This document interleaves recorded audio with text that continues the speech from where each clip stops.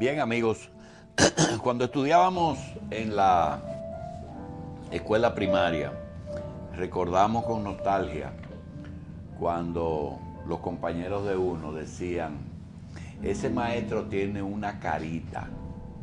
Carita era un preferido del profesor, en que decían, ese profesor tiene predilección por ese alumno.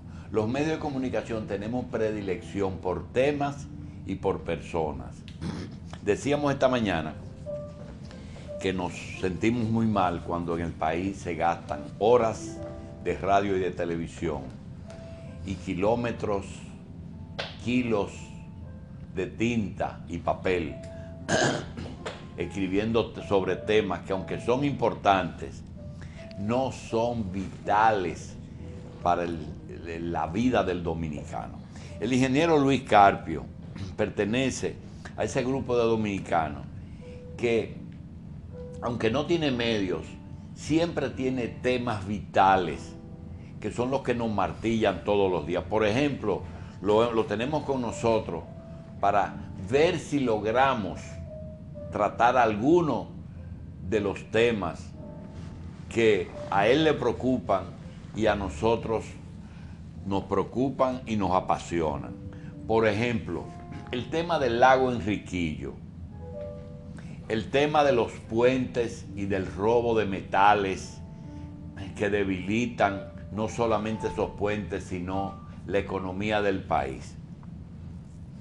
El tema de la incidencia de la construcción de viviendas con fondos de pensiones. Es decir, sopesar el tema de las pensiones y esos fondos que tienen que multiplicarse para poder cubrir cuando ya una persona envejece y necesita su pensión, o el valor de una vivienda. El riesgo que tienen esas inversiones. El tránsito de Santo Domingo. Hay que solamente salir para ver lo que significa el tránsito. Y finalmente, la energía eléctrica. Ese gran problema de energía eléctrica, de recursos naturales, de reforestación de ríos. Pero como no podemos tratar todos los temas con el ingeniero Carpio, nos vamos a limitar a dos. Vamos a hablar primero de el lago Enriquillo.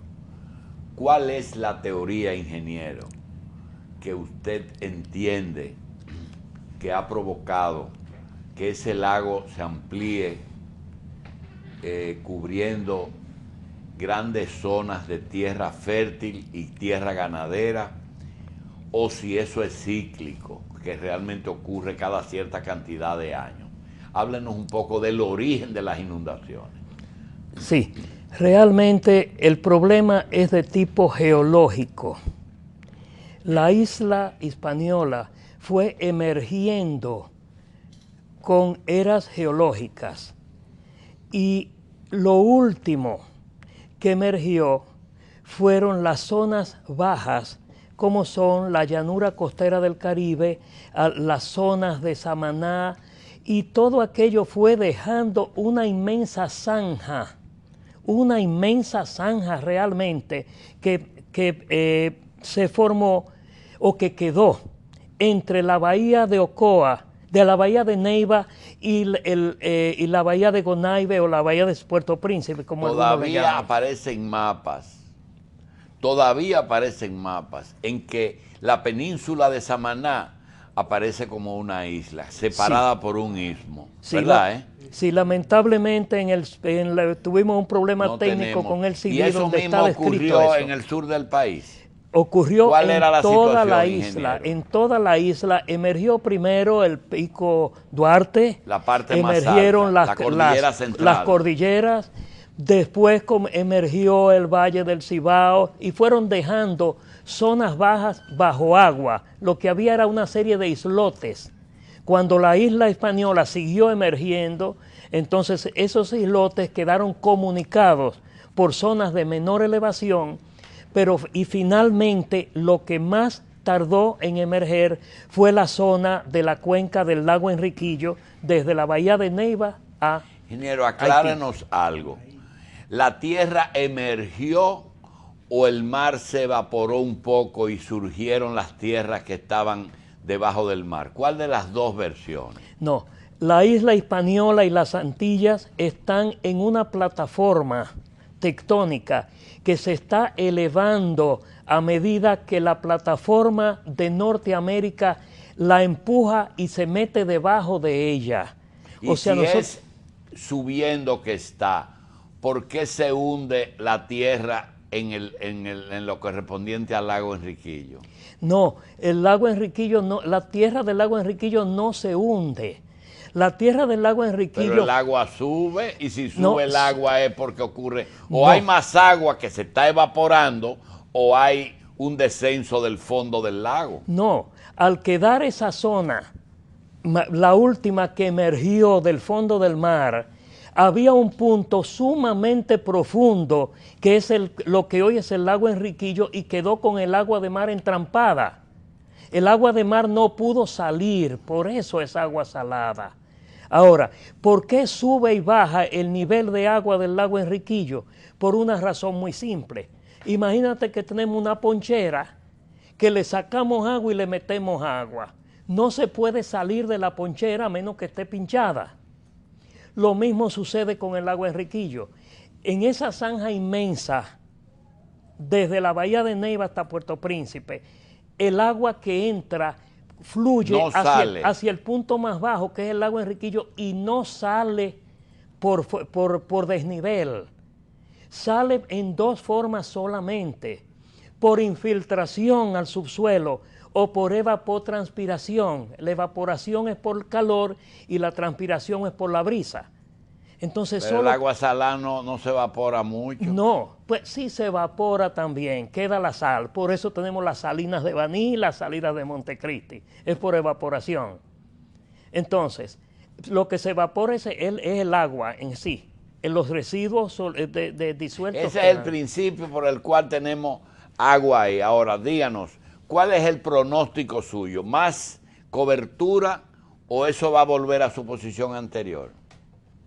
La única forma que vuelva, bueno, habría que ver qué es posición anterior, porque está fluctuando. Ahora mismo se dice que está en el orden de 29 metros, por debajo del nivel del mar. Y entonces, el lago Sumatre está alrededor de 15 metros por encima del nivel del mar. No se van a unir, ¿eh? Es que se podrían unir dependiendo del agua que entre en la zona. Si viniera el diluvio universal de nuevo, obviamente se van a unir todos. Pero el lago Enriquillo está recibiendo agua del lago Sumatre, de la laguna de Rincón o de Cabral. ¿Por dónde recibe el agua del Sumatre? Del lago del Sumatre, cuando el Sumatre sube Se demasiado, rebosa. el agua se rebosa y pasa al lago Enriquillo, porque están ahí mismo. ¿Y por dónde pasa? Por sobre Jimaní. Y las lluvias también depositan su agua ahí, ¿eh? Claro. ¿Hay algún río que desemboca en el lago? Sí, el Yaque del Sur desemboca en la bahía de Neiva, pero como las canalizaciones están rotas, parte del agua, en vez de ir a Neiva, o en vez de ser utilizada para riego, se mete hacia la laguna de Rincón. La laguna de Rincón, Mire, a su vez, el lo que pasa en cubra lago una Enriquillo. finca privada no constituye un problema en un lugar donde no se defienden a los propietarios, pero cuando la carretera se está cubriendo, sí es preocupante al punto de que hay poblaciones que van a quedar aisladas en poco tiempo. Va a depender de las lluvias, del régimen de lluvias y de las previsiones para desviar el agua del río Yaque antes que penetre a la cuenca del... Háblenos de eso. ¿Usted cree que por lo menos lo de Sumatra y lo del Yaque se pueden resolver, que no viertan sus aguas ahí? Lo del Sumatra es imposible. Lo del Yaque se puede resolver, pero tenemos en adición un problema. Cuando las lluvias son excesivas, se forma un lago fantasma que se denomina el lago Caimán, que es una depresión en algún sitio que no he logrado determinarla, sino porque está escrito en los documentos científicos, que ese lago aparece y desaparece en función del exceso de agua. Y toda el agua que esté en esos lagos tiende por percolación a pasar por presión artesiana hacia el lago Enriquillo. Tanto es así que cuando hay terremotos, cuando hay sismos y se abren las fallas geológicas, que las fallas geológicas son básicamente una cremallera como de una ropa. Doctor, ingeniero, vamos a posponer la presentación de unas gráficas que hablan por sí solas y que usted no trajo, pero por problemas técnicos no lo pudimos hacer. Hay otro tema que quisiéramos tratarle al ingeniero Carpio y es el tema del tránsito. Ingeniero, hoy oí a Consuelo muy feliz porque parece que le aprobaron algo que tiene que ver con el tránsito famoso de la Avenida Independencia y de la George Washington. Ese problema que usted ve ahí, que va desde el 12 de Jaina al puente de las bicicletas, es decir, a Ciudad Nueva. Hay un embudo en la ciudad colonial por la George Washington, por la 27 de febrero, por la Independencia, circula tránsito desde el sur del país, que es el oeste, hacia el este, y que de buenas a primeras se tranca en Ciudad Colonial.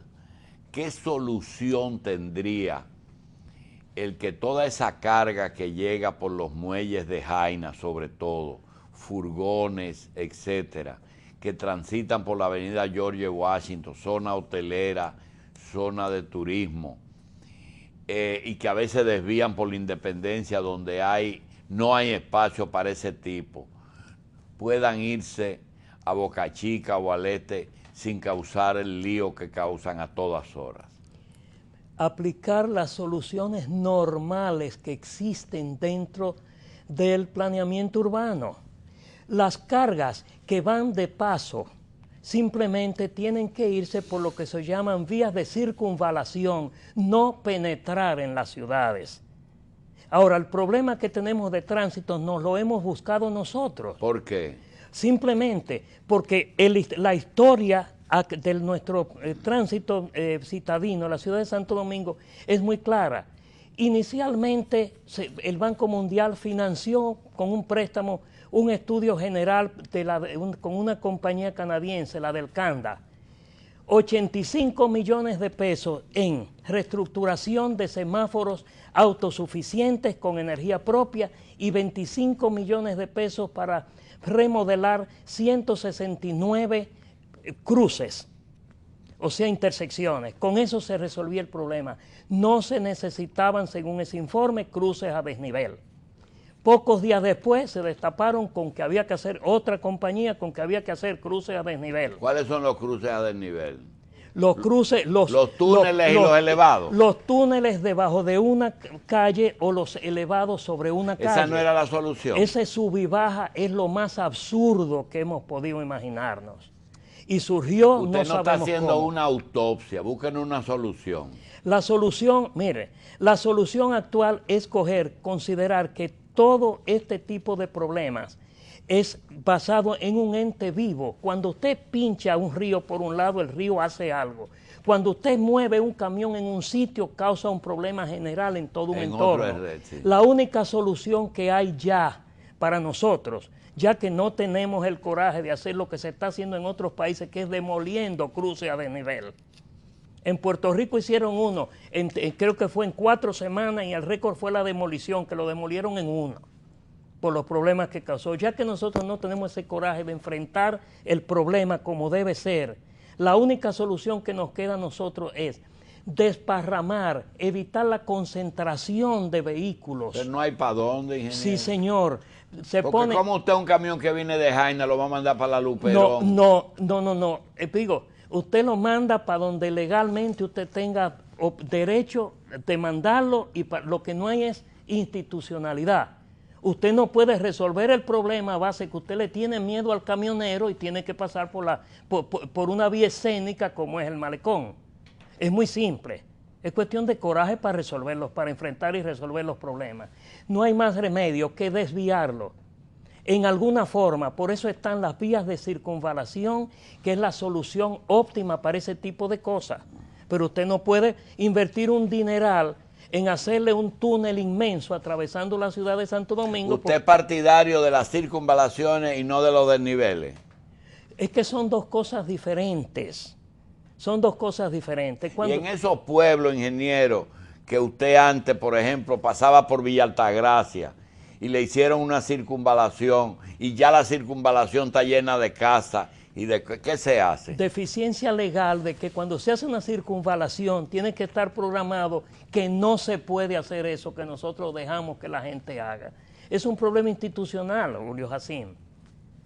Nosotros porque no en podemos... Romana usted tiene que pasar por el pueblo.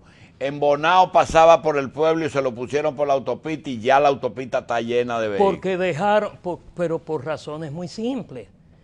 Cuando usted hace una circunvalación es para definir un límite y usted simplemente la cierra y usted no deja que el que le haga una casa del otro lado, que se dirige en otra dirección porque usted no lo deja pasar a esa vía de circunvalación. Bien, yo creo usted la hace lo suficientemente elevada para que todo el que quiera meterse debajo pueda y se mantenga el flujo de tránsito. Yo creo que el programa es una agenda para miles de programas. Ingeniero. Y hay fotos que explican todo eso. Exceso de vehículos. No es posible que aquí estemos todavía sin sincronizar los semáforos. Cuando se sincronizan los semáforos, la única dilación de un automovilista... Pero usted puede sincronizar lo que quiera. Mientras haya la cantidad de vehículos que hay, usted tendrá una capital como un hormiguero por todas partes. Entonces caemos en otro problema. ¿Cuál? Usted no puede tener una ciudad que funcione, que a la hora de los colegios haya cada vehículo con un alumno llevándolo a un colegio. En todo sitio del mundo hay autobuses, excepto en la República Dominicana. Aquí no hay guagua. Entonces, tú sabes cuál es el problema nuestro, que no tenemos el coraje de enfrentar los problemas, eso es todo lo que sucede, porque le tenemos miedo siempre a alguien. Yo creo que hay soluciones. Por ejemplo, no es justo que el 90% de los estudiantes de Arroyo Hondo estudien en un colegio en la Gustavo Mejía Ricard. Sí, pero tú no puedes prohibirle eso. No pero se puede prohibir nada, pero sí se lo puede sugerir. Pero tú sí puedes decir una cosa. Entre las 7 de la mañana y las 9 de la mañana en la ciudad de Santo Domingo no pueden transitar vehículos con un chofer y un pasajero, punto. Tú lo haces. O tú haces lo que se llama pico y placa, que se hace en otros países. Simplemente, entre las 7 y las 9 de la mañana, entre las 5 y las 7 de la tarde, que son las horas pico, no pueden transitar los lunes los vehículos que su placa termine en 0 y en 1. Entonces se hizo una vez y se quitó, ingeniero. ¿Y por qué en otros sitios funciona? Los taxis lo pusieron con el techo rojo y el techo blanco. ¿Y por qué esas cosas en otros países funcionan? Y transitaban los pares y los nones. Eso. ¿Y por qué en Porque otros se han países quitado funciona? muchas cosas buenas. Se han quitado cosas buenas. ¿Por qué en otros países funcionan y en la nuestra no? Caemos en lo mismo. Tenemos miedo de aplicar las cosas que tenemos que hacer. Otro tema. Usted sabe que los fondos de pensiones están destinados, ingeniero, para asegurar el retiro y la pensión de los trabajadores de República Dominicana. Pagamos un porcentaje, el patrono paga el otro, para que algún día usted pueda retirarse en una forma digna.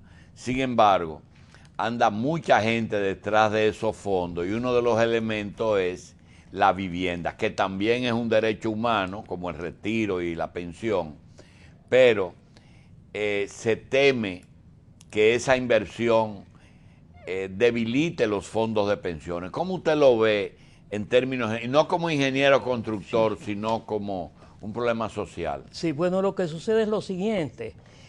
Toda persona tiene el derecho de tener una vivienda, pero el Estado no tiene obligación de proveerle una vivienda, sino obligación de proveerle los medios y las posibilidades.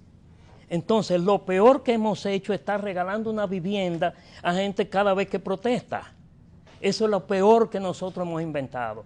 El tema de los fondos de pensiones es un tema delicado por ciertas razones.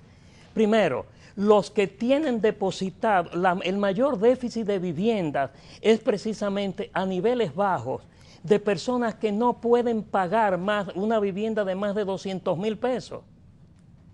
Una familia que tenga entrada de 2 salarios mínimos del orden de 8,000 pesos, son 16,000, no puede pagar más de 3,200 pesos, que es el 20%, es lo máximo. Normalmente debía ser 17%, óptimo.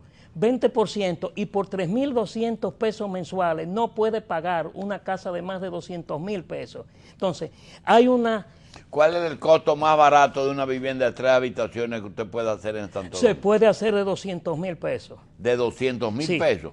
Pero en una loma por allá. No, señor, no, espérate. Estoy hablando de la casa, Ah, no del terreno, la urbanización, pero todavía más. Se puede hacer una casa de costo cero, aunque te parezca imposible.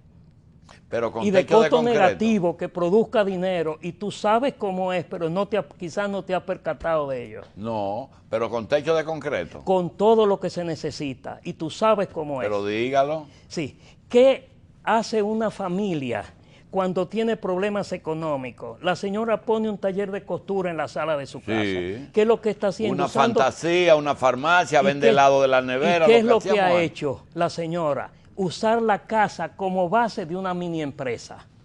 Entonces yo te lo pongo al revés.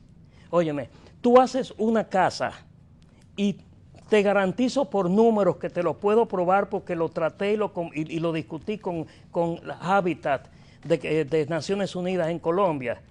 Óyeme, tú puedes hacer una casa de 200,000 pesos que te produzca 9 salarios mínimos. La casa te lo produce, si la consideras como una mini empresa y la casa como una inversión. La vivienda es el peor negocio que se puede hacer.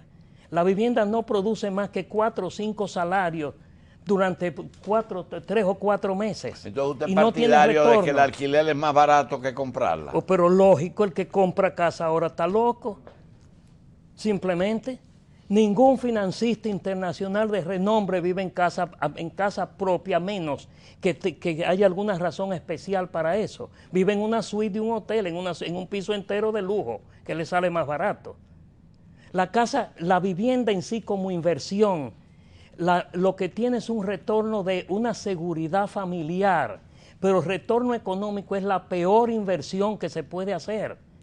Entonces, si tú consideras la casa como una industria, donde tú fabricas el edificio para que la industria funcione, y dentro de ese, y la industria que paga la casa como una de sus partes componentes, si tú haces eso con mini empresas, como están haciendo en los países, de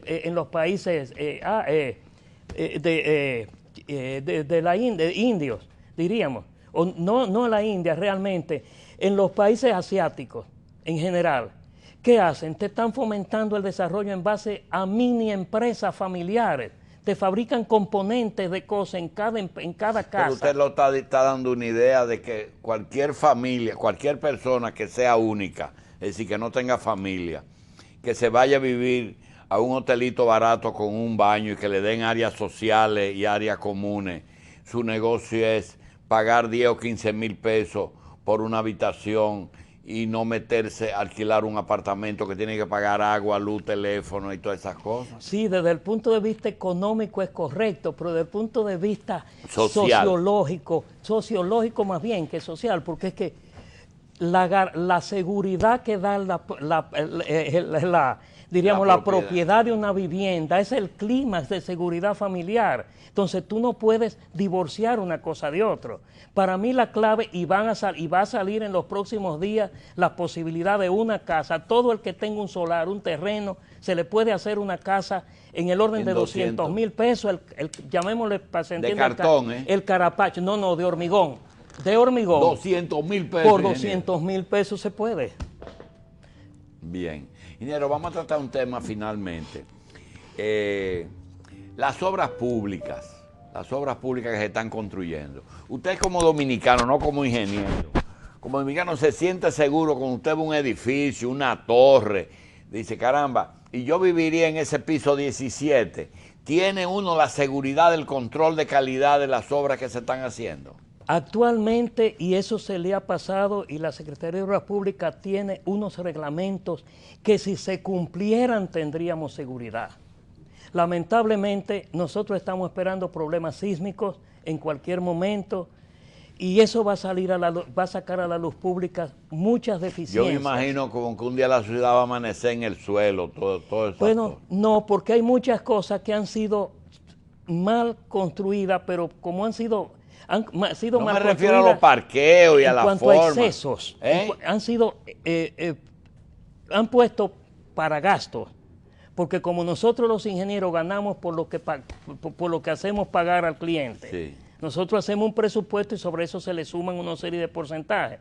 Hablando claramente, mientras en otros países se contrata por metro cuadrado, aquí contratamos por precios unitarios de cada cosa. Bien. Entonces mi negocio como contratista, si lo fuera contigo, es hacerte invertir lo más posible porque yo tengo un porcentaje lógico. Bien, porque ingeniero, yo gano en esa forma más. Esa modalidad ahora de abrirle el pecho al país, a la tierra, cuando le meten un parqueo y le meten ahí 2 o 3 pisos a un parqueo abajo, ¿eso no le hace daño a la geología? Si está, mire, puede hacer daño o no. Aquí hay un edificio que particularmente es un ícono, o un icono, porque lo dicen en ambas formas, que es el edificio de Seguros Pepín.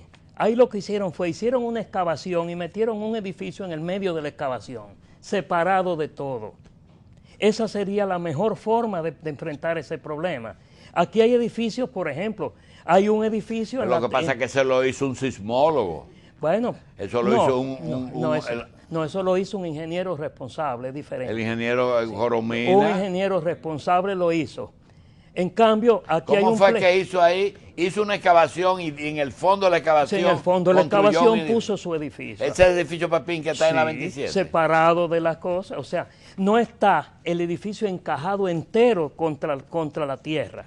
Ah, ya. Esa es la situación. Sin embargo, tenemos, por ejemplo, en la avenida Nacaona, yo conozco un caso en que le abrieron al edificio de al lado para meter parqueo del vecino porque no le da. Al lado del vecino. Sí, al lado del vecino. Sí, y la pared cortada de roca es donde se recuesta el parqueo. Eso. Entonces, estamos esperando, y lo sabemos, desde el año 2003, en que tuvimos la visita de una serie de profesionales que venían de evaluar el sismo de Turquía, que nos dijeron lo que nos iba a pasar, lo cual lo sabíamos perfectamente desde el sismo de México. Hay muchos problemas aquí pendientes que lamentablemente todo va a depender de la Secretaría de Obras Públicas y sus reglamentos. Bien, si se cumplen, no hay problema. Vamos a dar las gracias al ingeniero Luis Carpio Montaz, que es ingeniero civil de Carpio y Asociados, y pedirle que no nos vote, que de vez en cuando pues nos venga a tratar esos temas ya en una forma más amplia. Gracias, ingeniero. Vamos a una pequeñita pausa y vamos a conversar con alguien que nos va a traer un regalo navideño.